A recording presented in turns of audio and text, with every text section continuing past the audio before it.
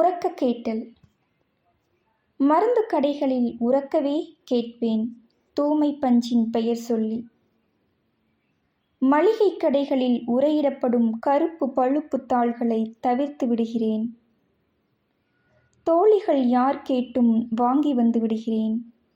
சமயங்களில் வெறும் கையில் புத்தகத்தை தூக்கி வருவது போல, குழந்தையை ஏந்தி நடப்பது போல தூக்கி வந்திருக்கிறேன்.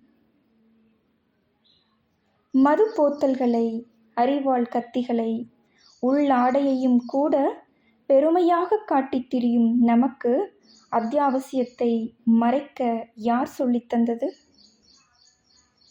இன்றும் உணவக கழிவறையிலிருந்து வெளிவந்தவள் செய்தித்தாளில் அதை சுற்றி என்னிடம் தந்தபோது தூரத்து குப்பை தொட்டிக்கு தூக்கி வந்து எறிந்தேன்.